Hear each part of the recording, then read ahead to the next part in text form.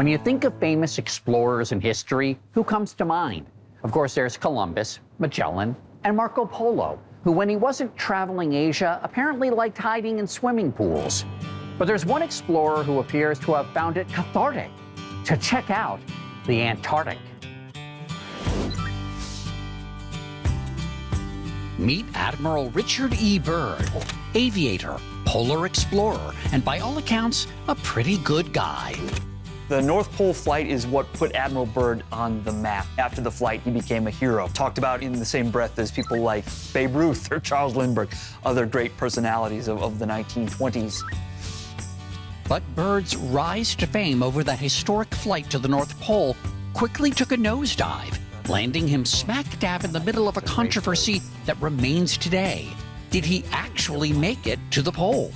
The flight in question took place in this very plane, which is where I met up with curator Matt Anderson. What is the plane? This is a tri-motor aircraft that Byrd flew to the North Pole, and when we look at it, it's a little frightening today. It seems strange to see a plane with a wooden frame and with a canvas-covered body. This is wood. Yes, all wood underneath with fabric wrapped around the body. Holy cow.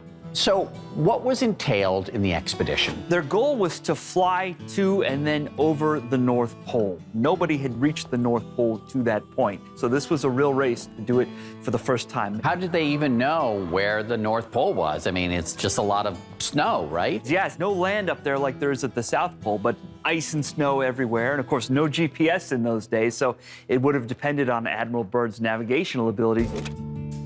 So they come back, he says, I did it. I flew around the North Pole. He did, and there were some doubts right from the start. And the heart of the controversy is the flight speed of this airplane. It would have cruised somewhere around 85 miles an hour.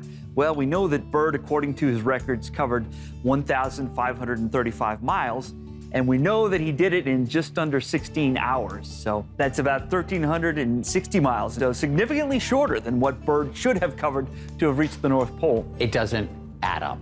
Exactly. Later on, when Byrd's records and diaries were being published in the 1990s, it was discovered that there were erasure marks in his journal as well. He'd literally gone in with a pencil and changed some of the figures. So the theory is perhaps after he made the flight, he went back and altered his records to show where he should have been if he did make it all the way to the North Pole. So is it generally believed today that they didn't quite make it?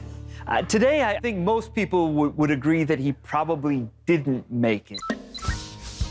Byrd and his pilot, Floyd Bennett, always maintained they did, in fact, reach the North Pole that day.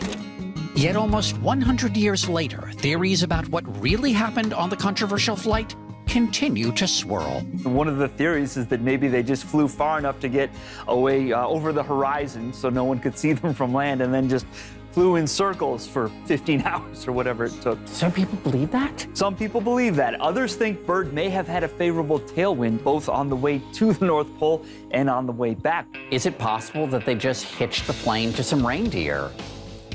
The North Pole, anything's possible.